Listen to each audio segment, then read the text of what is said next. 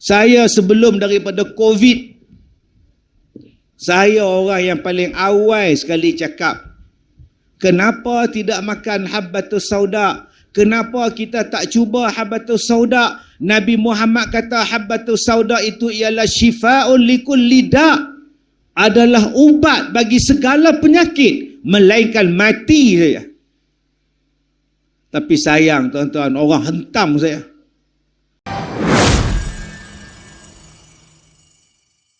Mari berselawat ke atas Nabi, berselawat ke atas Rasul.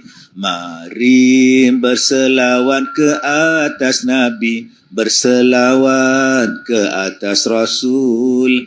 Sallallahu ala Muhammad, sallallahu alaihi wasallam. Sallallahu ala Muhammad, sallallahu alaihi wasallam.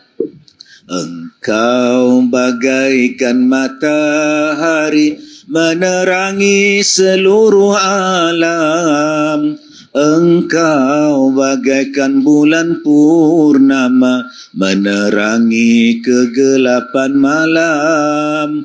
Engkau bagaikan bulan purnama menerangi kegelapan malam. Sallallahu ala Muhammad, sallallahu alaihi wasallam. Sallallahu ala Muhammad ya Rasulullah. Tuan-tuan dan puan-puan yang saya muliakan, banyak sunnah-sunnah Nabi, perkara-perkara yang Nabi suruh kita buat, yang ditinggalkan kepada kita, yang diwariskan kepada kita. Ada sunnah yang berbentuk individu, kita seorang individu punya. Oh, banyak lah tuan-tuan, tak terkira lah banyak lah. Kita ada janggut. Orang perempuan tak payah simpan pun tak boleh janggut. Kalau simpan janggut, lari makcik-pakcik kita. Buka-buka tudung, tu dia janggut. Maka sunnah kepada kita ni simpan janggut. Dapat pahala. Habis tu kami ni ustaz, orang perempuan tak ada pahala janggut ustaz. Pegang janggut suami tu. Dia lah geranya abang. Ya Allah, dapat pahala. Suka. Abang-abang yang tak ada janggut, janggut jenis tak tumbuh, misai yang tumbuh, terimlah misai tu. Dan sukalah melihat orang yang berjanggut. Suka kepada orang yang menyukai sunnah Nabi pun dapat pahala. Kemudian ada sunnah lagi yang biasa untuk kita, memotong kuku. Ini sunnah yang kecil-kecil untuk kita je. Dimulakan dengan tangan kanan, jari telunjuk, jari tengah, jari manis, jari hujung, jari kecil, jari manis, jari tengah, jari telunjuk, jari ibu, dan ditutup dengan jari ibu sebelah kanan. Ini cara potong kuku. Belah kanan, tangan kanan, jari telunjuk, kemudian hujung-hujung, pusing balik ke sini, ditutup dengan ibu jari tangan kanan. Dapat pahala. Habis tu ustaz, kalau saya potong suka saya, ustaz, potonglah, pulanglah. Tetapi yang kita nak ikut, yang nak dapat sunnah, dapat pahala. Sebab ada orang yang potong kuku, dia guna gigi. Dia duduk, dia dalam masjid, sembahyang Jumaat dia buat. Sembahyang Jumaat tu, tengah khutbah berjalan tu, dia buat. Lepas-lepas dia potong, dia jatuh atas kapet. Bila orang lain datang sembahyang tempat dia, melekat kuku kat sini. Yang tu makruh tuan-tuan. Oi, sunnah kita ni banyak tuan-tuan. Apa dia? Ni yang datang pagi ni, subhanallah, khuzu zinatakum inda kulli masjid. Pakaian segak-segak ni, kita tengok tuan pengurusi karya kita, tuan pengurus kita, segak tuan. Kak Leha segak, Kak Jan segak. Kak Jan ni janda. Dia muda lagi nama Kak Jan. Kalau tua jentu. Janda tua jentu. Maka disuruh kita berwangi-wangian. Ini sunnah kita. Sebab malaikat suka dengan orang yang memakai wangi-wangian. Kalau kita busuk-busuk ni tuan-tuan, malaikat lari. Jadi abang-abang, cuba tengok, angkat-angkatlah ketiak sikit. Wangi ke tidak sekarang ni? Sebab tu kita bila masuk dalam masjid, ada orang yang letakkan minyak wangi dalam masjid. Dia wakaf minyak wangi, dia letak atas almari tu.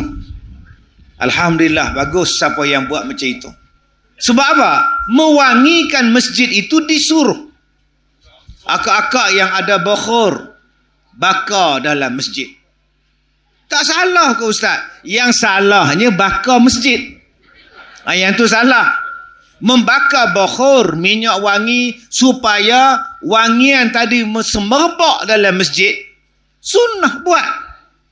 Hari Jumaat kita pasang bukhur, asap satu masjid. Nanti orang datang sembahyang Jumaat wangi je.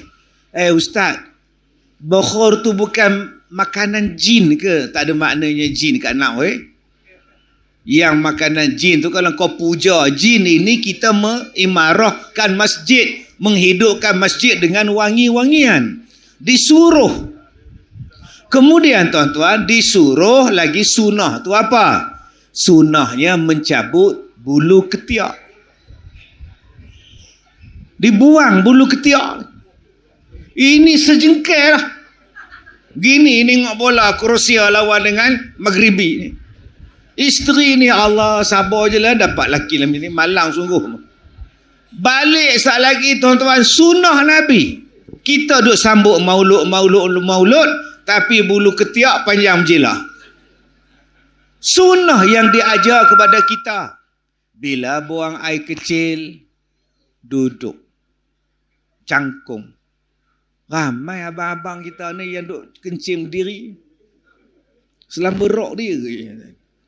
Dia nak pergi pekan gemah tu, nak terkencing. Berhenti kat ladang sawit, kencing. Bergoyang pokok sawit tu. Basuh pun tidak. Isteri tanya, abang, tak ada basuh ke? Dialah kamu, bising. Salah satu sebab kita diseksa dalam kubur ialah sebab kencing tak basuh. Kenapa kita diseksa dalam kubur? Sebab basuh tak betul. Selain daripada diseksa di dalam kubur kerana mulut kita jahat. Mulut kita jahat, tuan-tuan. Mengata pada orang, mengadu domba, melaga-lagakan orang, punca-punca kena soal, kena seksa di dalam kubur. Sunnah yang banyak ni tuan-tuan, untuk kita amalkan. Kebersihan di rumah, kebersihan diri, bersugi. Ni, bersugi ni disuruh oleh Nabi SAW. Cuma bila kita bersugi, kadang-kadang ada orang bersugi, kayu sugi dia bubuh dalam poket. Bila dia rukuk, dia sujud, jatuh kayu sugi itu atas kapet. Dia duduk bersugi. Bila dia rukuk, kayu sugi dia jatuh. Bila orang qomat, dia pindah ke sah depan. Orang lain pindah ke sah dia tadi. Orang lain pula sujud tempat dia. Agak-agak bau apa, tuan-tuan? Sebab tu, kalau kita nak bersugi, sekarang dah ada dah kayu sugi yang ada tudung. Boleh tudung kayu sugi tu. Boleh lekat elok-elok macam pen dia buat. Sunnah, tuan-tuan. Ada orang yang seumur hidup tak pernah bersugi. Yang dia tahu gosok gigi menggunakan col gatai. Tak pernah faham, tak faham sudah, tuan-tuan. Bersugi dia tak pernah guna. Nak bersugi apa, gigi mak ngah pun tak ada dah. Allahu Akbar. Nak buat macam mana? Bersugilah banyak. Itu sunnah-sunnah yang kecil-kecil untuk kita. Ada tak benda yang lain yang Nabi bawa yang luas,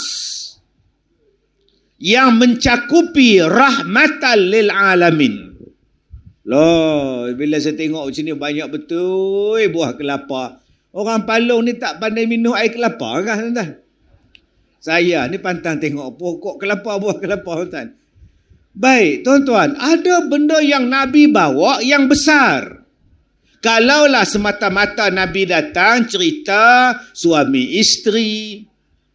Sebab kita ni kalau buat ceramah maulud, ustaz akan cerita Nabi Muhammad kongsi gelas dengan isteri. Bagus. Nabi Muhammad berlumba lari dengan isteri pergi masjid. Bagus. Nabi Muhammad buat kerjalah dengan isteri dia. Bagus. Takkan itu saja sunnah Nabi. Takkan sunnah Nabi tak ada dalam ekonomi. Takkan sunnah Nabi tak ada dalam politik. Takkan sunnah Nabi dalam pentadbiran negara. Dalam menjaga alam sekitar. Dalam membawa cara hidup. Dalam urusan-urusan yang melibatkan dunia yang besar. Takkan Nabi tak ajar. Takkan Al-Quran tak datang kepada kita. Yang ni lah tuan-tuan. Yang kadang-kadang orang anggap Al-Quran ini dah tak sesuai. Dia anggap Nabi tak relevan zaman sekarang. Sekarang 2022 Ustaz. Lagi seminggu dua masuk 2023. Adakah Al-Quran masih relevan? Kenapa dia tanya macam itu? Sebab dia tak tahu Al-Quran itu sepanjang zaman.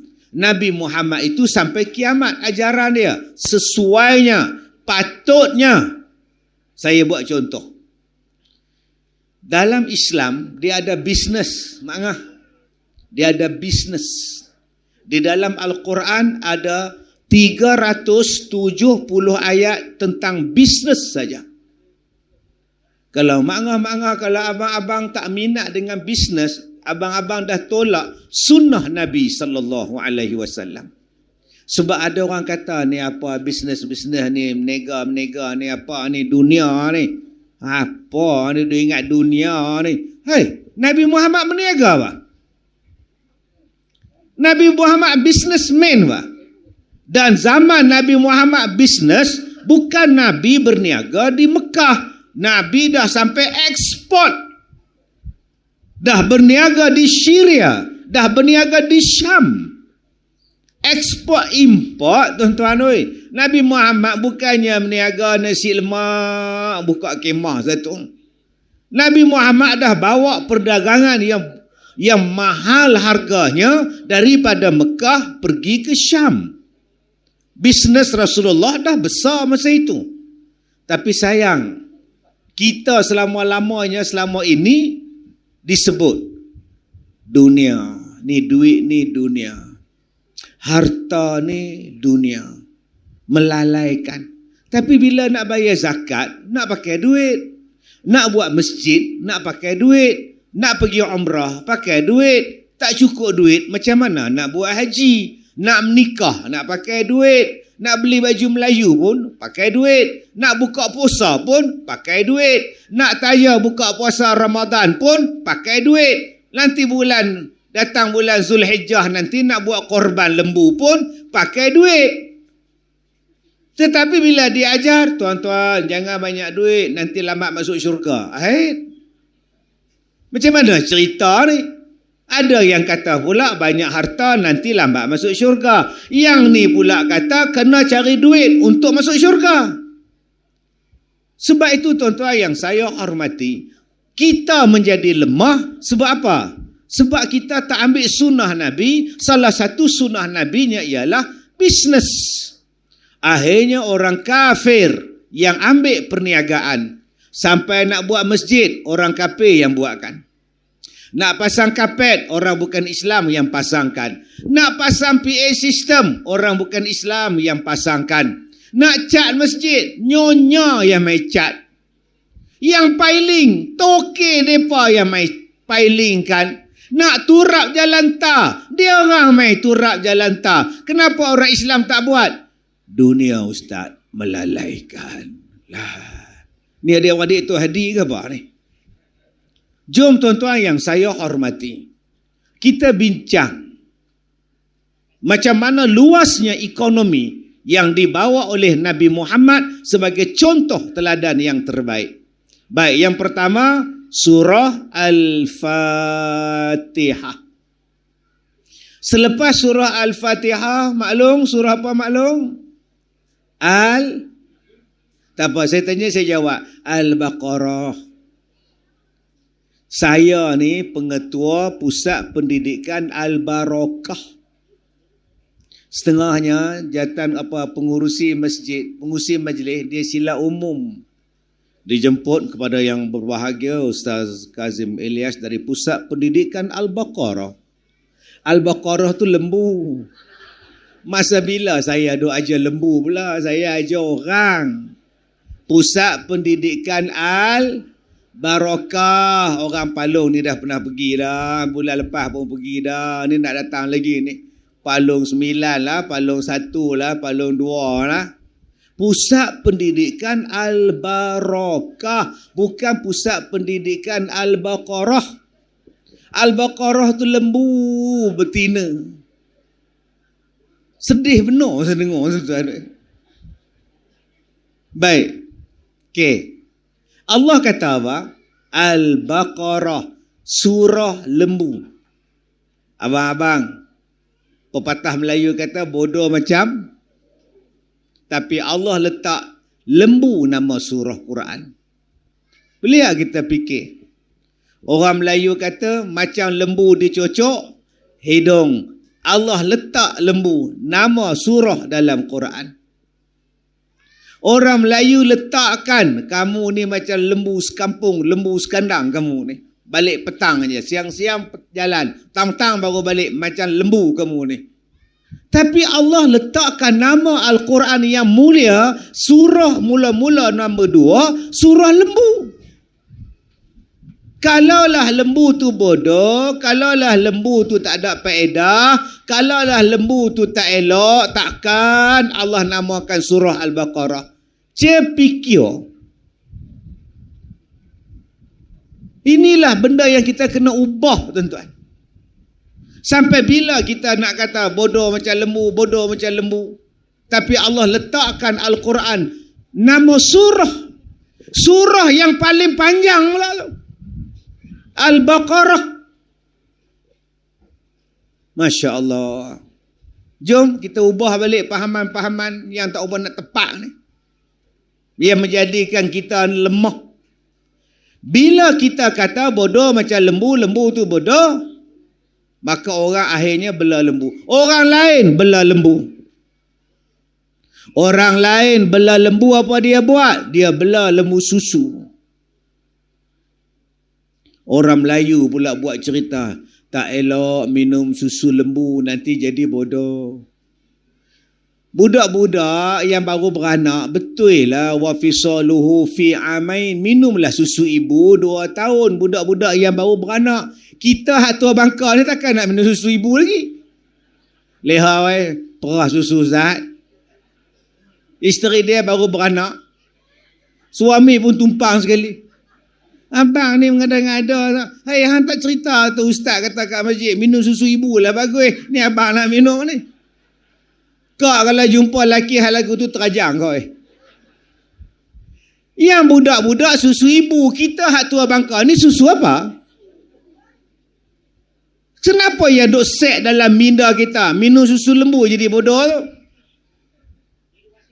Kalaulah minum susu lembu tak elok, pasal apa yang Nabi nak Isra Mi'raj pun cari susu? Susu lembu tu satu nikmat yang Allah Ta'ala bagi pada kita untuk kita jadi sihat. Cuma janganlah kita minum melampau-lampau. Ni pakai duk heboh dalam TikTok, ustazah dengan laki dia kata minum susu banyak jadi kutu. Pakai heboh pula. Ustazah ada seorang dengan suami dia ni. Hak ustazah kata tu betul lah tuan-tuan. Oi, boleh minum susu tapi jangan melampau-lampau. Melampau-lampau ni Allah tak bagi, apa pun Allah tak bagi. Hari ni ada masak nasi tak tuan? Ada. Sembelih lembu apa? Ada. Makan sepinggan sudah lah. Ni dia makan seorang dia setalam. Setalam tu nama dia apa? Melampau. Tu dia nasi macam gunung. Seorang dia ya, hoi, pergi duduk situ. Itu melampau. Allah kata kulu, makanlah, washrabu, minumlah, wala tusrifu. Jangan melampau. Jangan berlebih-lebihan. Kita ni makan apa pun bila berlebih-lebihan, penyakit lah. Semalam saya duduk di Bahau. Malam tadi, saya tidur kat Bahau. Malam tu pergi ronda kat Pekan Bahau tu. Apa ada? Ada apa? Tom yam. Pusing kedai DIY. Duduk depan kedai DIY ni bau durian. Ada kedai durian depan DIY Manjuk apa nama Bahau tu. Saya pun berhenti buka tingkap nak ambil bau. Tu nama dia ekonomi nama dia. Pi Ramli kata ekonomi. Tak usah makan bau ya. Saya ni penyakit kencing manis. Boleh tak makan durian? Boleh tak? Boleh. Tetapi jangan melampau. Jangan makan durian. Haram. Dosa tak? Durian tu halal. Hang kata haram. Siapa? Makan seulah sudah lah. Lepas tu pergi makan ubat. Yang salahnya 10 biji. Duk bersila macam ni. Besok pagi mata kita lari sebelah. Belah kanan lari Singapura, belah kiri lari Pulau Pinang. Tak nampak tengah lah. Makanlah selagi mana benda tu tidak haram, makan. Tetapi jangan melampau. Ustaz, macam saya nak makan babi. Tapi tak melampau lah. Kepala otak hang. Babi tu haram. Hang melampau ke? Hang tak melampau ke? Haram. Ni hak cerita, ni hak halal ni. Serupa kita buah nyok tu lah. Makan sehari sebiji, sudah lah. Ni sehari 8 biji. Tak buncit perut hang. Hang makan nasi, dah kencing manis. Makan segenggam, sudah lah. Ya makan seperiuk tu buat siapa? Sebab itu, makanlah, jangan melampau. Baik, balik kepada surah Al-Baqarah tadi. Surah lembu. Bila orang Islam, dia tak suka lembu. Orang Australia bela lembu. Orang New Zealand bela lembu. Orang Belanda bela lembu. Dia orang bela lembu susu makna. Dan sekarang susu lembu dia orang ada dalam rumah makna. Namanya Dutch Lady. Dutch tu maknanya Belanda. Di rumah Pak Long ada susu daripada Australia. Nestle semua. Dia buat mari daripada Australia tu. Susu-susu daripada dia orang sampai dekat kita. Tuan-tuan tahu tak, perniagaan susu lembu menghasilkan pendapatan $1 trilion Amerika setahun. Orang Islam tak suka bela lembu, Amerika bela lembu, Australia bela lembu, New Zealand bela lembu, Belanda bela lembu dan mereka menghasilkan produk-produk susu lembu. Dan sekarang kita, anak kita minum susu pun, susu Nespresso, susu Dutch Lady, Dutch Baby ambil pada mereka. Jom akak-akak, abang-abang, kita ni orang Felda, tanah sawit luas, bela lembu. Bela lembu susu. Itu baru saya cakap tentang susu lembu ya. Baik. Masjid. Ni nama dia masjid. Tuan-tuan tahu dalam Malaysia ada 6,800 masjid. 6,800 buah masjid. Surau 18,000. Masjid 6,800 buah masjid. Negeri yang paling banyak masjid dalam Malaysia, negeri Sabah. Paling banyak 1,000 lebih masjid di Sabah. Okey. Saya buat satu contoh. Masjid Palong kita ni. Tahun lepas kita buat sembelih korban berapa ekor tuan? Sembelih korban lembu berapa ekor? 10. Seekor. 3 ekor. Seekor berapa ribu? Seekor 5,000. Okey. RM5,000 seekor. Satu masjid. Tuan-tuan darab dengan 6,800 masjid. 6,800 masjid, buat seekor lembu korban berharga RM5,000. Maknanya berapa ribu dah masjid belanjakan? 6,000 kali RM5,000. Duk ada berapa juta?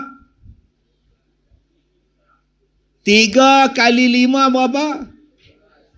15 juta. 30 juta. 30 juta kalau seekor. Bayangkan masjid kita 3 ekor. Masjid lain 15 ekor. Masjid lain 20 ekor. Masjid lain 10 ekor. Agak-agak sewaktu kita buat korban, berapa bilion kita habis buat korban? Katalah 5,000 masjid buat korban. 10 ekor lembu. 10 ekor berharga RM50,000. Kalau 5,000 masjid darab dengan RM50,000 bersamaan berapa bilion? Berapa ratus? 250 juta. Siapa kata orang Islam tak ada duit? Bisnes lembu ya. Kawan saya buat korban, dia menghasilkan pendapatan 24 juta. Bayangkan tuan-tuan. Dia buat korban, setahun dia untung 24 juta. Lepas ni anak-anak muda. Mana ada anak-anak muda Palong mana? Ni dia tuan-tuan. Besok jadi pembekal lembu seluruh Negeri Sembilan. Tangkap kontrak dengan masjid-masjid. Itu baru cerita korban. Belum cerita majlis Maulidur Rasul. Tiap-tiap kali majlis Maulidur Rasul, sembelih lembu. Berapa ringgit? Seekor. Kan 2 ekor ni? 2 ekor. Dah 10,000. Itu baru ceramah maulid. Belum kenduri kahwin. Ni dalam kampung, dalam negeri kita ni berapa ribu orang nak kahwin. Anak dara nak kahwin, janda nak kahwin, laki orang nak kahwin. Jadi kalau kita kata tak ada duit, pembohong. Allah dah bagi dah. Lembu nama dia. Masya Allah, subhanallah. Itu baru cerita korban lembu. Baru cerita majlis Maulidur Rasul. Buat lembu, kenduri dia. Belum lagi cerita kenduri kahwin, buat lembu. Berapa banyak lagi akikah lembu. Jom adik-adik, anak-anak muda yang ada dalam kampung kita ni, kita tubuhkan satu syarikat. Tubuhkan satu enterprise pun tak apa. Masuk modal. Makcik-makcik, pakcik-pakcik, masuk modal. Koperasi masjid. Koperasi masjid buat apa? Bawa masuk kambing, bawa masuk lembu. Kami nak bekalkan lembu korban, lembu kahwin, lembu apa semua untuk Negeri Sembilan saya. Allah tuan-tuan, keuntungan dia balik pada masjid. Daripada situlah masjid boleh membangunkan orang miskin. Masjid boleh jaga anak yatim. Masjid boleh dibesarkan. Masjid boleh dihebatkan. Dengan jalan apa? Dengan jalan kesepakatan, hanya dengan teknik menjual lembu, membawa lembu saja tuan-tuan. Sebab kita ada tanah beribu-ribu ekar. Seorang peneroka ada 10 ekar. Bayangkan berapa banyak lembu yang boleh letak dalam 10 ekar kita, tuan-tuan. Kena ubah. Makcik-makcik pun kena ubah. Pasal apa anak-anak muda tak nak bela lembu? Dia kata busuk, Ustaz. Lagi susah nak menikah.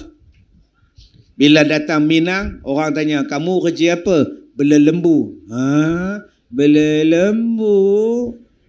Terus tolak terus. Tapi kalau datang, kamu kerja apa? Saya kera ni, makcik. Kera ni tak apalah. Lembu saya tak mau, kata dia. Tanya pak siapa yang bela lembu tak mau. Dia kata tak pakai tie. Lepas ni abang-abang yang bela lembu masuk ladang lembu pakai tie. Pakai kot sekali. Masya Allah. Saya baru cerita pendapatan duit lembu je.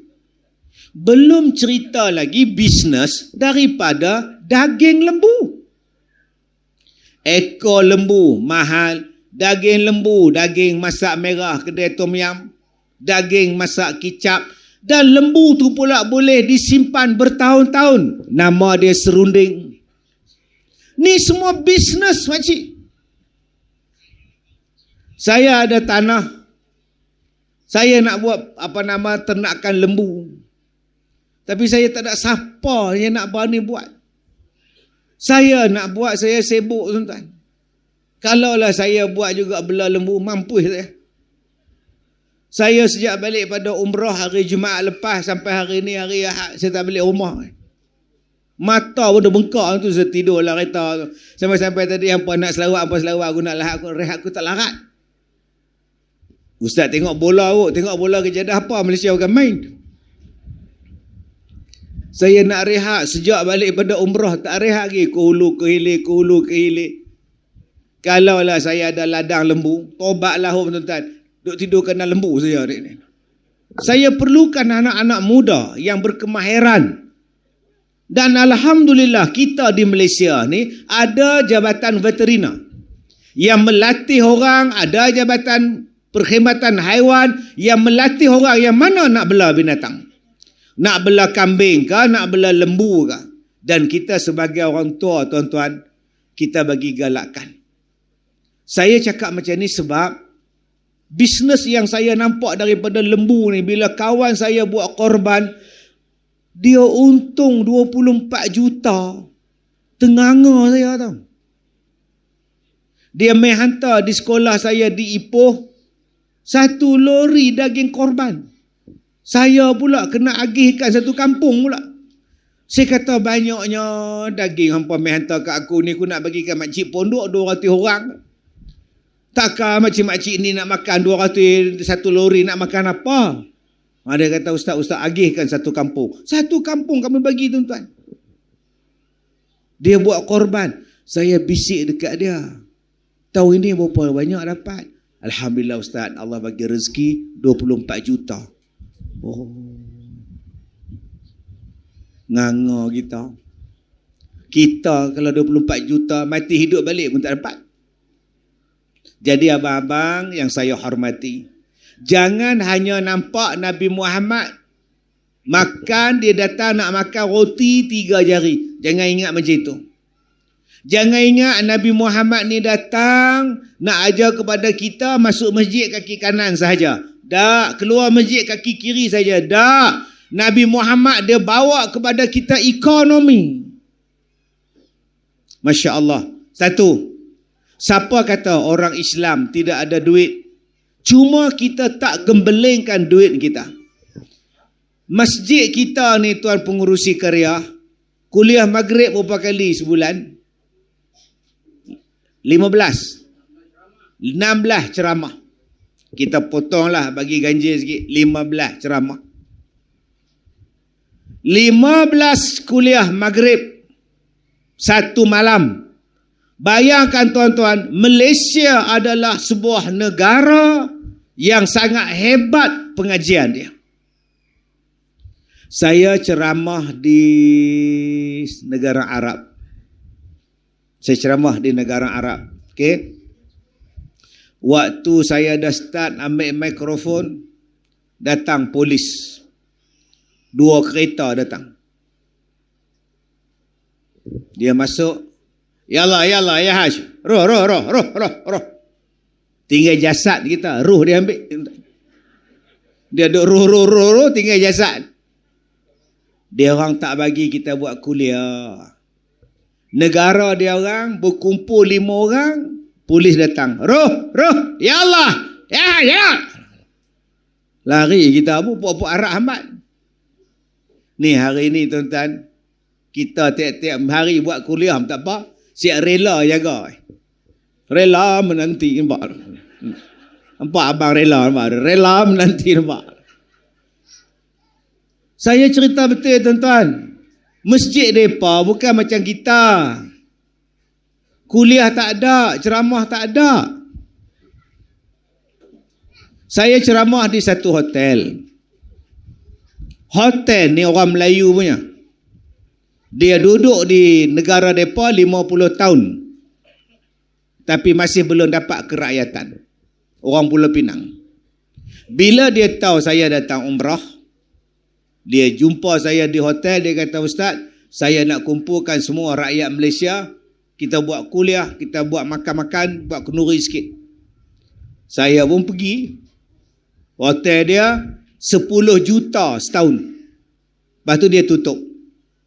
Dia hanya buat waktu haji, dia sewakan hotel dia pada orang Filipina dan dia dapat untung 10 juta, dia tutup. Tahun depan dia buka pula waktu musim haji. Saya kata, "Amboi Tuan Haji, senang hidup. Buat apa susah-susah? 10 juta cukup lah dia makan anak beranak ada setahun." Tahun depan dia buka balik, sewa balik hotel kat orang Filipina. Itulah kerja dia. Saya datang, dia jamu dekat saya nasi kacang kuda. Nasi kacang kuda ni bagi tradisi mereka, itu makanan yang paling special lah. Saya tengok penuh dewan dalam hotel tu. Saya ceramah-ceramah, polis datang. Polis kata dia bagi setengah jam balik. Tak boleh ceramah. Kenapa? Sebab orang report. Hotel tu tutup. Tapi hari ni Pak Sepa cerah. Hotel tu tutup. Bukan musim haji. Pak Sepa ramai orang datang. Polis datang, tuan-tuan. Mereka tak suka ceramah-ceramah macam kita ni. Walaupun mereka tu negara Islam. Malaysia ni, tuan-tuan, maulud ceramah agama. Ni dah masuk Jamadah akhir, Jamadah awal, tuan-tuan.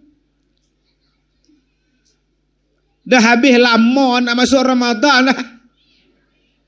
Tak lama lagi datang, tuan-tuan, bulan Ramadan. Kita buat maulud lagi. Masya Allah. Tuan-tuan yang saya hormati, katalah di dalam semalam di Malaysia 4,000 masjid dan surau buat ceramah maghrib serentak. Dari Perlis sampai Johor sampai Sabah, 4,000 masjid dan surau buat kuliah maghrib. Dan mereka bayar kepada pengkuliah maghrib RM200 satu malam. 200 darab 4,000. Berapa ringgit, tuan-tuan? 800,000. Satu malam masjid dalam Malaysia membelanjakan RM800,000. Cuba tuan-tuan darab dengan sebulan. Berapa banyak duit masjid? Yang inilah, tuan-tuan, kalau darab dengan setahun, juta. Hanya untuk buat kuliah maghrib. Belum kuliah subuh. Belum kuliah duha, belum kuliah asar, belum lagi ceramah perdana Maulidur Rasul. Kalaulah duit orang Islam ni kita gembelingkan, kita tubuhkan satu konsortium, kita bangunkan ekonomi yang macam Nabi Muhammad buat, hebatnya, tuan-tuan. Kita hanya buat untuk peringkat palung saja. Palung 1 sampai palung berapa tak? 16. Maka kita akan menjadi gugusan Felda Palung yang paling kaya di Malaysia. Subhanallah. Tuan-tuan yang saya hormati. Tetapi kalau kita tak mengikut sunnah Nabi yang seterusnya, yang saya cakap ni takkan berjaya. Tuan-tuan, saya baru balik pada umrah. Saya bawa 100 jemaah. Tak ramai. Bulan 9 hari tu pun saya pergi juga. Bulan 9 lepas saya pergi sebab saya ada masalah penyakit. 15 doktor pakar saya jumpa. Jadi jangan tuan-tuan cakap Ustaz Kazim ni tak jumpa pakar pula. Jumpa. Dia ambil daging saya mentah-mentah. Nak cek apa penyakit saya. Mula-mula dia bius. Dia kata, tunggu sekejap, nanti sudah kebas, kita ambil. Saya pun tak ada paha saya. Dia pun zap sekali. Oh, bius. Lepas tu dia ambil jarum, dia cocok tempat bius. Sakit. Sakit. Oh, dia belum jalan. Tunggu lagi 2-3 minit, dia cocok lagi. Cocok. Sakit tak? Tak sakit dah doktor. Okey, sudah jalan. Dia pun ambil jarum, besar jarum dia tuan-tuan, dia tekan tempat bius tu, dia tarik isi awak naik. Allah. Aduh, sakit. Tadi you cakap tak sakit, sekarang sakit. Oh, sudah tak jalan lah, kata dia. Sekata sekali lagi aku yang jalan ah. Dia ambil daging saya mentah-mentah. Lepas tu jahit pula. Sudah tengok dia jahit. Saya kata, hang buatlah apa pun doktor, janji aku tahu apa penyakit aku. Saya pergi jumpa doktor tu kata, ini sakit orang tua. You sudah tua. Sebab tu you ada sakit ni macam, sabarlah. Saya tengok muka Cina, doktor Cina. Lepas tu dia tanya saya, why you look at me? Lepas tu saya kata dekat dia, who else want to tulak? Siapa lagi yang aku nak tengok? Tak muka hang. Kita berdua sendiri je. Bila dia kata kat saya, you sudah tua mah, saya tengok muka dia. Dia tanya saya, why you look at me? Lepas tu nak tengok siapa lagi? Aku dengan hang tua hang ni. Dia tak dapat nak jawab, dia kata saya penyakit orang tua. 15 pakar tuan-tuan. Dapat result negatif. Tak ada penyakit. Satu malam saya mimpi. Alhamdulillah tuan-tuan, Allah bagi hidayah. Saya besok pagi dia telefon PA saya, ambil tiket pergi Madinah. Bila ada flight saya nak pergi. Saya nak mandi di telaga di Madinah. Dalam mimpi itu dia suruh saya pergi mandi di sana. Berubat di sana, minum air telaga Nabi SAW. Rupanya tuan-tuan, ada lagi tenaga Nabi yang mereka belum kambus. Yang belum ditutup. Jarak dia daripada Madinah pergi ke telaga tu 2.5 jam. Yang dah ditutup, salah satunya dekat dengan Masjid Quba. Kalau kita pergi Masjid Quba sekarang ni makna, sebelah kanan Masjid Quba ni dia orang sedang cantikkan. Dia orang buat pemandangan cantik untuk pelancongan. Tak ada lah yang macam dulu duduk bagi makan burung pati, tak ada. Dia tutup habis kedai-kedai tu. Dia tanam pokok-pokok semua, termasuklah dia tutup telaga Nabi yang Saidina Osman jatuh cincin Nabi dalam telaga tu. Tak ada lah, dia nampak bekas tai dia saja 4 keping tu. Yang saya pi ni tuan-tuan, dekat dengan Badar 2 jam 30 minit naik kereta. Orang tak tahu. Orang Malaysia tak tahu. Saya telefon kawan saya. Saya kata, ada tak lagi telaga Nabi? Yang Nabi ada ludah dalam dia. Yang Nabi jampi dalam dia, air semayang dia jatuh dalam telaga tu, ada tak? Dia kata ada. Jauh Ustaz. Ustaz nak pergi tak? Saya kata saya nak pergi. Masa saya pergi tu tuan-tuan, ada orang Arab duduk tunggu tu. Tok Syekh. Tak ada siapa. Air telaga tu untuk orang Arab yang atas bukit duduk minum. Tak ada siapa datang. Tuan-tuan pun tak pernah dengar telaga tu. Saya pi tuan-tuan, pi ambil minum. Manisnya air. Sejuknya, padahal masa tu cuaca dia hampir 50 darjah Celsius. Tapi bila saya minum, saya mandi, sejuknya air ni, ya Allah. Saya ambil 4 tong. Ambil 4 tong kat tu Arab tu, saya kata, Syekh, main 4. Saya beli kat dia 4 tong. Pikul ni, hoi. Pergi bubuh dalam kereta saya. Lepas tu, daripada situ, saya pi satu lagi telaga. Telaga tu dulu telaga beracun. Nabi lalu pada telaga tu nak minum air. Orang kampung kata, jangan minum Rasulullah. Telaga ni racun. Lalu Nabi ludah dalam telaga tu. Telaga tu jadi ubat. Nama dia Bi'run Syifa nama dia. Jadi ubat. Tebal besi yang tutup telaga tu. Tebal tu tuan-tuan tu. Kalau tuan-tuan saja-saja nak pergi. Tak boleh lah. Tu tak boleh lah tuan-tuan. Tebal sungguh. Saya duk ngendar, duk tengok dalam tu. Lah tak nampak apa. Depa pam air telaga tu naik ke atas. Saya mandi 8 tong. Saya minum, saya mandi, saya minum, saya mandi. Bila saya pergi Mekah selepas itu, kulit saya dah jadi elok. Yang luka-luka ni hilang luka. Kalau dulu tuan-tuan, saya duduk tengah hari macam ni, dia akan luka. Duduk saja-saja, dia akan berdarah. Tu yang saya ceramah pakai topeng. Tuan-tuan duduk tengok dalam Facebook kan. Tengoklah surat khabar Ustaz Kazim pakai ceramah pakai topeng, pakai topi mancing tu, nampak mata.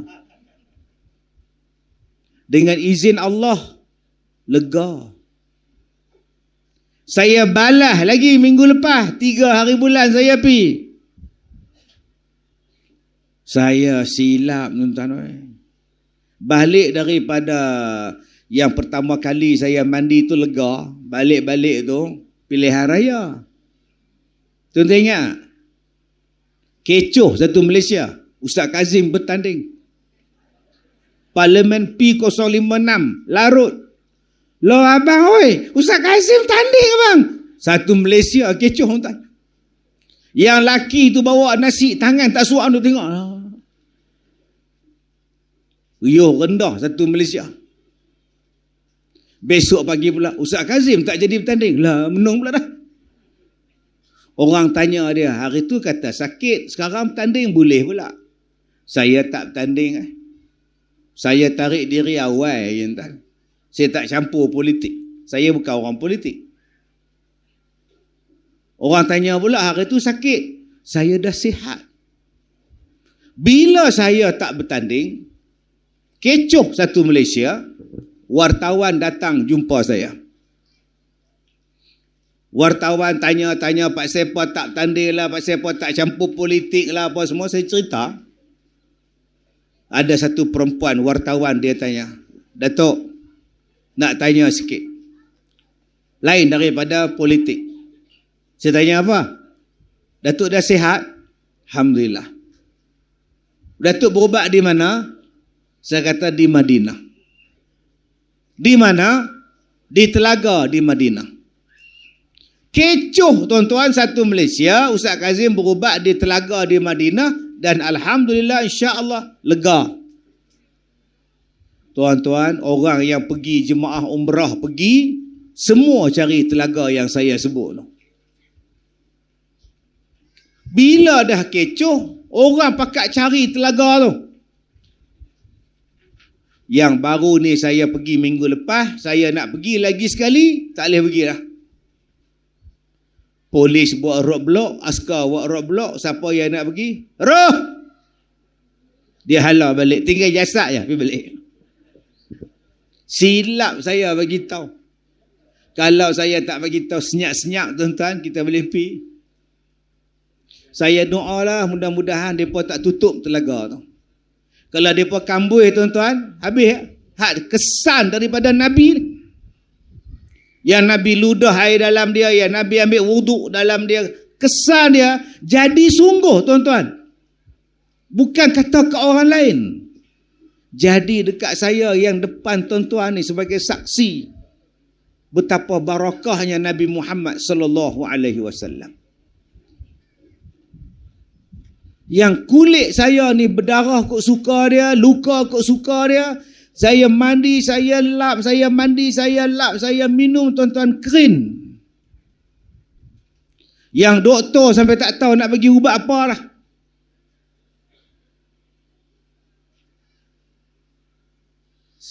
Saya bila bagi tahu tu, bila saya pergi baru ni saya rasa macam menyesal pula. Kalau lah aku buat senyap-senyap hari tu, pelan-pelan, tak kecoh-kecoh, tak jadi apa. Ustaz kalau pergi juga jadi apa? Pergi. Siapa turun je denda 500 rial. Pakai naik bas balik masjid tu. Bas landing je 500 rial saman. Pakai tak boleh mai. Allahu Akbar. InsyaAllah tuan-tuan, mudah-mudahan. Ada yang terlepas pergi. Mereka dah kandang dah. Masjid ni apa nama telaga tu. Mereka dah kandang dah. Hang boleh ambil di luar je. Pipe di luar. Tak boleh masuk dalam telaga dah. Saya hari tu masuk lagi tuan-tuan. Sebab tu saya nak ajak pada tuan-tuan. Jom kita amalkan apa yang Nabi tinggalkan pada kita. Apa yang Nabi pesan pada kita. Buat sungguh-sungguh. Dia bukan benda bohong. Dia bukan benda merapu. Dia bukan benda yang tak betul. Nabi cerita tentang habbatus sauda. Makan. Nabi cerita minum lebah, madu lebah. Minum madu lebah. Nabi cerita tentang daun sanamaki. Minum air daun sanamaki. Nabi cerita kepada kita tembikai, labu sebagai satu bentuk makanan yang sihat. Makan. Saya sebelum daripada COVID, saya orang yang paling awal sekali cakap, kenapa tidak makan habbatus sauda? Kenapa kita tak cuba habbatus sauda? Nabi Muhammad kata habbatus sauda itu ialah syifa'un likulli da'. Adalah ubat bagi segala penyakit, melainkan mati saja. Tapi sayang tuan-tuan, orang hentam saya. Ustaz Kazim ni mana ada kelulusan doktor, mana dia tahu habbatus sauda tu dia tak boleh merawat pun. Dia kadang-kadang yang cakap tu ustaz. Habbatus sauda ni dia belum terbukti. Yang cakap tu ustaz. Nabi Muhammad nak bercakap apa lagi? Dia Nabi nak kaji apa lagi? Nabi kata habbatus sauda itu ubat. Ubatlah. Hang nak siasat kata-kata Nabi kejadah siapa? Hang tu siapa? Bila dah pakat duk sakit merata, baru pakat cari habbatus sauda. Pakak duk telefon saya, ustaz, mana nak cari habbatus sauda? Mak saya sakit, pak saya sakit, saya pun sakit ustaz. Sayang tuan-tuan, kita duk ingat Nabi Muhammad ajar cara-cara nak makan nasi belah kanan. Tapi kita lupa perubatan Nabi Muhammad. Dia juga adalah contoh dalam perubatan. Apa benda yang Nabi Muhammad jaga? Yang Nabi Muhammad jaga ialah perut. Kami tidak akan makan melainkan bila kami lapar. Sebab tu Nabi kata punca penyakit daripada perut. Sekarang pukul 11.25. Lapar ke belum? Belum. Jangan makan lagi. Pukul 12.30 kan baru makan. Waktu tu tengah lapar. Memang sedap. Dah masak belum? Tadi saya pergi Felda Palung 4. Makcik-makcik sana pun masak agak. Saya tanya kenuri apa ni kak? Kenuri dia orang minta ni tempah nasi kenuri. Anak dia orang sunat semalam. Oh, rajin masak ni. Saya tumpang bersiap di masjid dia orang. Dia orang terkejut tengok-tengok saya dekat belakang dia orang. Ustaz Kazim. Terbang pula makcik ni kan. Macam mana Ustaz Kazim boleh main kampung aku terkejut beruk dia. Beruk pun tak terkejut macam tu. Dia punya kimbah lah. Sakit terbang kak kita ni. Oh, tuan-tuan cuba tengok. Palung 4 tadi dia orang buat kenuri untuk anak bersunat. Palung kita sekarang ni tuan-tuan buat kenuri juga untuk majlis meraihkan orang kampung kita. Majlis ingat pada Nabi sallallahu alaihi wasallam. Siapa yang suruh buat kenuri ni? Nabi. Apa kelebihan buat kenuri ni? Masuk syurga. Ada 4 jalan kita boleh masuk syurga. Pertama jalan dia apa? Afsyus salam. Sebarkan salam. Jalan masuk syurga. Ni, punya lama dah duduk sini pada pukul 8 sampai pukul 11.30. Salam pun tak. Tegak kepala. Tak tengok kiri kanan dah. Mangah hoi. Tengok kiri kanan siapa. Duk tegak, tambah-tambah pula orang sebelah dia yang dia tak suka. Lagi dia tegak. Datang juga biawak ni menyampah aku, kata dia. Dia panggil orang sebelah tu biawak. Astaghfirullahalazim. Bila nak masuk syurga? Pihak masjid bagus, pihak pengurusan Felda bagus. Dia buat program perarakan lah apalah. Untuk apa? Sebab dia nak ambil hak nombor 2. Wasilul arham. Sambung silaturahim. Dengan kita datang ramai-ramai ni, Nabi kata sambung silaturahim. Jalan masuk syurga. Ni tuan-tuan nampak tak bunga telur ni? Berapa lama ni Kak Nak buat ni? Kak Nak, Kak Gaya, Kak Tipah, Kak Zah.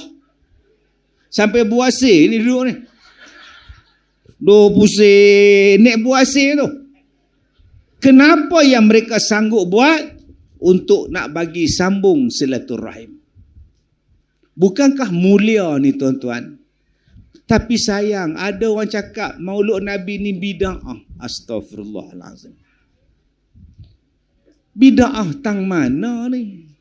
Modal ni. Dia punya bunga tu pun modal, telur tu pun mahal sekarang ni tuan-tuan tahu. Telur tak ada ni. Bahasa orang Perak, telur. Tapi dia pun sanggup buat. Ini orang Johor, orang Negeri Sembilan, inilah perangai dia. Bila buat ceramah aja, bunga telur mesti kat depan.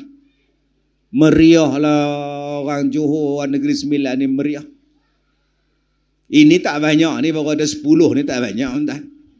Saya pergi ceramah di Johor hari tu, sampai tak nampak saya, nampak bunga telur. Tang manalah Ustaz Kazim, tak nampak. So penuh pentah. Hebat. Dalam hati saya kata, alhamdulillah adalah rezeki aku kot bunga telur. Habis-habis ceramah saya tanya driver saya, ada dia orang bagi bunga telur? Tak ada Ustaz. Alhamdulillah. Dia pun lupa nak bagi. Malam besok ceramah lagi, saya sebut benda yang sama tuan. Dia orang perasan saya, dia orang bagi satu raga, satu jambak ni dia bagi tuan. Ada dia orang bagi bunga telur Faiz, ada Ustaz kat belakang. Saya pun gagal lah kereta, tak tengok dah, gagal buka belakang aja. Buka makan seletak balik tuan-tuan. Weh, telur masin. Astagfirullah lah. Sabar je lah tuan. Yang tuan-tuan yang susah-susah payah ni untuk apa? Untuk sambung silaturahim. Yang ketiga, Nabi kata apa? Jalan nak masuk syurga. Jalan nak masuk syurga nombor 3, wa at'imut ta'am, bagi orang makan. Jalan nak masuk syurga bagi orang makan, dan orang Melayu adalah orang yang paling suka bagi makan. Masuk rumah buat kenduri, anak masuk asrama buat kenduri, anak masuk universiti buat kenduri, balik umrah pergi umrah buat kenduri, anak masuk pusat serenti buat kenduri, mati pun kenduri, meminang kenduri, tentu belanja kenduri, hantar belanja kenduri, kenduri kahwin lagi kenduri. Tambah-tambah kita duduk di Felda dulu-dulu ni, selepas hari kenduri, datang lagi orang kampung mengira sudu. Kumpulan bero pinggan mangkuk. Berapa pinggan pecah, berapa gelas pecah.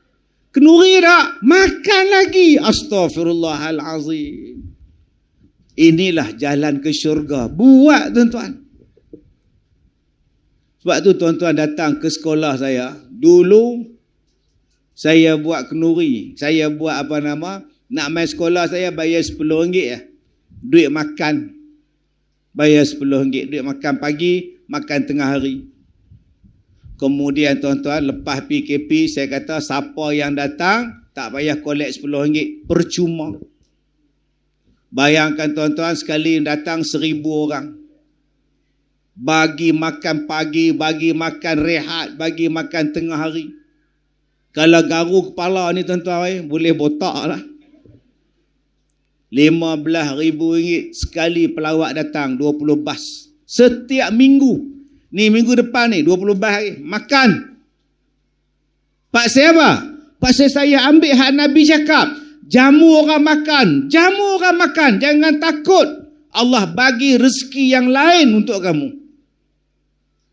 Maka tuan-tuan ambil sunnah Nabi kita ni. Jamu orang makan, jangan bila tetamu datang tak jamu-jamu sampai balik hamba Allah tu. 3 jam berbual. Haram jamu air. Elok dia nak balik, tak apalah gaya, aku nak balik dah. Ya Allah, Kak Nak, tak minum apa pun. Nak minum apa dan kau tak bancuh? Takkan aku nak ke dapur, aku nak goncang ni sekeping kau. Itulah bahasa kita. Ya Allah, tak minum apa pun. Malah. Lepas ni kita jamu orang. Yang keempat, jalan nak masuk syurga tu apa? Sembahyang malam. Wasallu bil laili wan nasu niyamun. Semayanglah pada waktu malam, sedang orang lain tidur, awak semayang malam. Kata Nabi, tadkhulul jannata bisalam. Kamu akan masuk syurga dengan sejahtera. Nombor 1, sebarkan salam. Nombor 2, sambung silaturahim. Nombor 3, bagi orang makan. Nombor 4, semayang malam. Masuklah syurga. Bila nak semayang malam tu Ustaz? Tuan-tuan yang saya muliakan, semalam saya tak tidur, kemarin semalam dulu pun tak tidur. Di Mekah pun saya tak tidur. Sebab saya ni ada penyakit tak tidur. Saya hanya boleh tidur bila duduk dalam kereta. Sebab tu saya balik, kereta berjalan, belum keluar pada Felda ni saya tidur. Dan driver dengan PA saya jangan cakap aku nak tidur. Radio tutup, saya nak tidur. Tapi kalau kereta tu berhenti, saya jaga balik. Jam, saya jaga balik. Saya hanya boleh tidur dalam kereta. Sebab tu saya pakai kereta hantu, vampire. Senang saya tidur.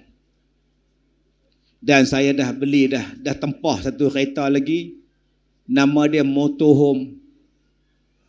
Dalam kereta tu ada jamban, ada katil, ada dapur masak. Lepas ni tak gaduh tuan. Jam-jam saya masak telur. Agak-agak sakit perut, jamban ada tuan. Tengah duduk tempah.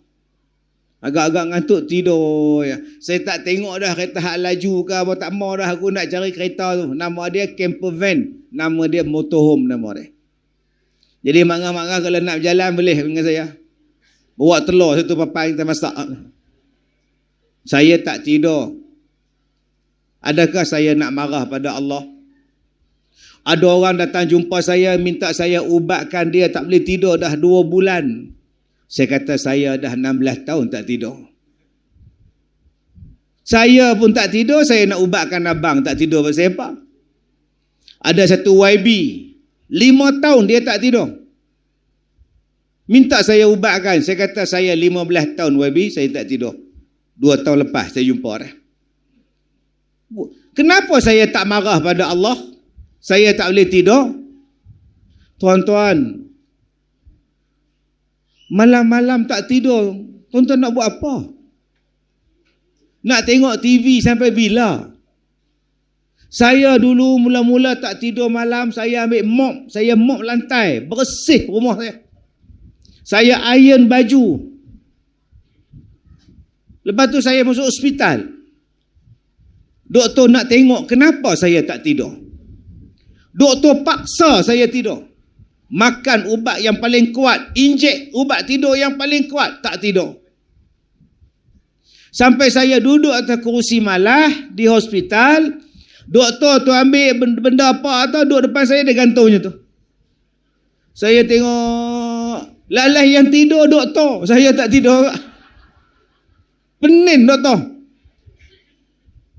Lama-lama saya kata, oh, Allah dia nak suruh aku semayang malam. Pasal aku banyak dosa. Pasal aku banyak dosa.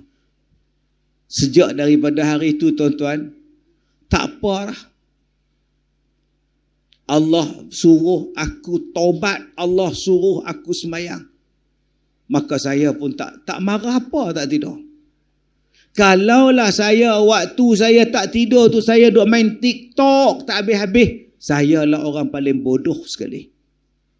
Kalaulah sepanjang malam saya tak tidur, saya duk tengok bola sepak, saya orang paling bodoh sekali. Kenapa Allah bagi kamu masa untuk kamu taubat, kamu tak buat? Sembahyang malam kamu tak buat? Baca Quran kamu tak buat? Rugi betul. Kenapa Ustaz kata rugi? Sebab saya walaupun tak tidur malam, besok pagi saya boleh kerja. Saya tak pening, saya sihat, saya boleh berjalan buat kerja. Maknanya Allah suruh saya taubat. Saya nak ajak pada tuan-tuan yang ada penyakit yang sama macam saya, ataupun orang yang bangun tengah malam, janganlah bangun pergi kencing je. Tang-tang ada kedai kencing mana? Pukul 2:30 bangun, kencing, lepas tu tidur balik. Rugi bang. Semayang 2 rakaat taubat, semayang 2 rakaat tahajud, semayang 2 rakaat hajat. Matikanlah aku dalam iman, ya Allah. Dan tak lama lagi kita akan sampai bulan Ramadan. Tak lama lagi dah tuan-tuan, oi, nak masuk bulan Rejab, nak masuk bulan Syaban. Lepas tu datanglah Ramadan.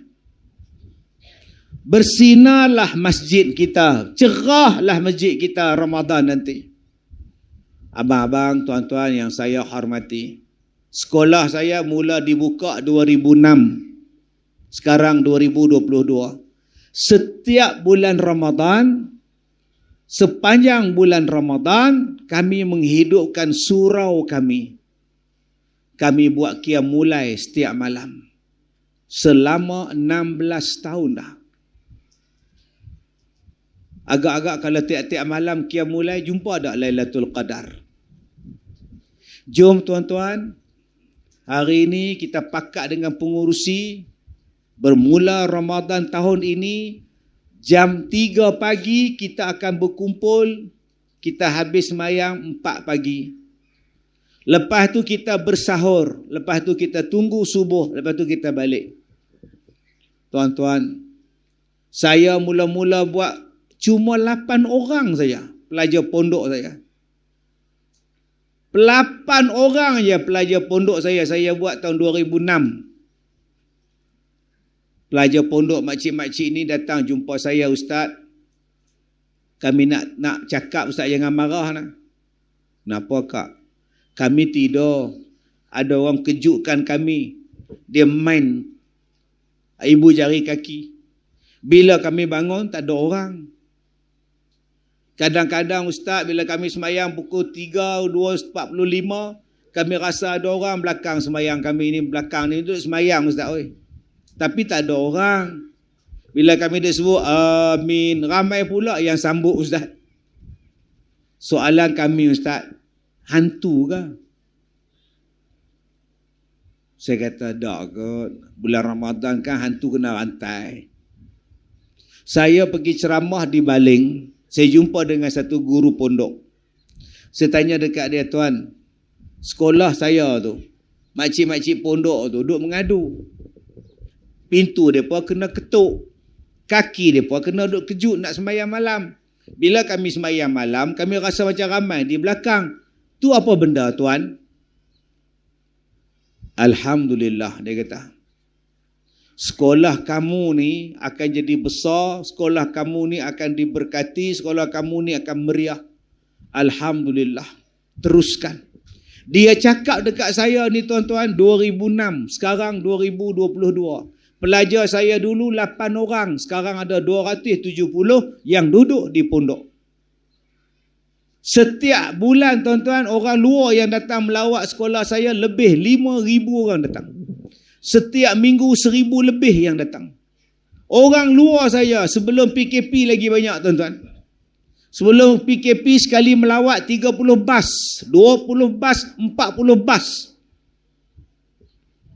Dan hari ini tuan-tuan, sekolah saya alhamdulillah tuan-tuan ada 70 lot tanah sekarang. Dan kami buka cawangan yang baru di Sungai Perak. 9 ekar. Yang ni kita buat lagi canggih. 1 bilik, 1 ruang tamu, semidi. Saya nak cakap apa pada tuan-tuan? Yang saya nak cakap barakahnya kita menghidupkan malam pada bulan Ramadan. Dulu kami semayang hanya 8 orang. Sekarang yang datang semayang 400 orang, tuan-tuan.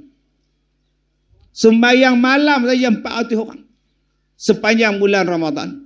Dulu kalau habis-habis semayang lari balik pondok, bersahur di pondok. Sekarang tak payah bersahur dah. Setiap malam orang sponsor untuk bersahur. Tak payah kami nak masak lah. Orang bagi duit, orang bagi sahur, makan. Berkatnya tuan-tuan. Jadi kalau tuan-tuan nak keberkatan turun pada Felda kita, jom kita mulakan tahun ini. Kita pakat adik-beradik kita, anak beranak kita, jiran-jiran kita. Kita hidupkan semayang malam. Kita buat qiyamul lail. Kita buat sahur bersama-sama. Kita buat semayang subuh berjamaah. Sebab Nabi kata, man sallas subha fahuwa fi zimmatillah. Siapa-siapa yang semayang subuh berjamaah, Allah akan jaga dia. Mudah-mudahan bila kita jaga semayang subuh, kita jaga qiyam di dalam masjid kita, orang jahat tak masuk dalam kampung kita. Orang yang nak memecah belahkan masyarakat tak jadi dalam kampung kita. Allah selamatkan kita daripada bala, daripada musibah, penyakit. Dengan apa? Subuh dan qiyamul lail berjamaah. Jadi tuan-tuan, saya tutup kuliah dan ceramah kita pada tengah hari ini dengan satu hadis Nabi tadi. Man sallas subha fahuwa fi zimmatillah. Siapa yang semayang subuh berjamaah, Allah akan jaga dia. Mudah-mudahan Allah jaga tuan-tuan, Allah jaga anak-anak kita, Allah jaga cucu-cucu kita, Allah jaga kampung kita, felda kita, negeri kita. Hasil daripada kita semayang subuh berjamaah. Dan insya-Allah pada bulan Ramadan nanti kita cubalah buat qiyam. Imam muda tuan-tuan ada. Saya habiskan 30 juzuk sebulan waktu qiyam. Cantik tuan-tuan. 30 juzuk Ramadan tarawih dan 30 juzuk untuk kita qiyamul lail. Alhamdulillah. Terima kasih pada pengurusi Jabatan Kuasa Karya. Terima kasih pada pengurusan Felda. Terima kasih pada tuan-tuan. Walaupun kita tengah hari panas, tapi tuan-tuan bertahan. Inilah orang yang hebat. Saya tak hebat. Saya ada pentas saya sendiri. Saya ada kipas saya sendiri. Saya ada bunga-bunga sini. Sebab tu tak heran saya boleh ceramah 1.5 jam. Yang hebat tuan-tuan, tu makcik duduk kipas pada tadi. Balik tu kompon loose tangan tu. Tapi dia tak balik pun. Abang haji kita ni panas tuan-tuan, tak bergerak pun. Abang rela kita ni tak duduk pada beberapa jam tuan-tuan. Tuan-tuan beratur daripada lepas subuh lagi.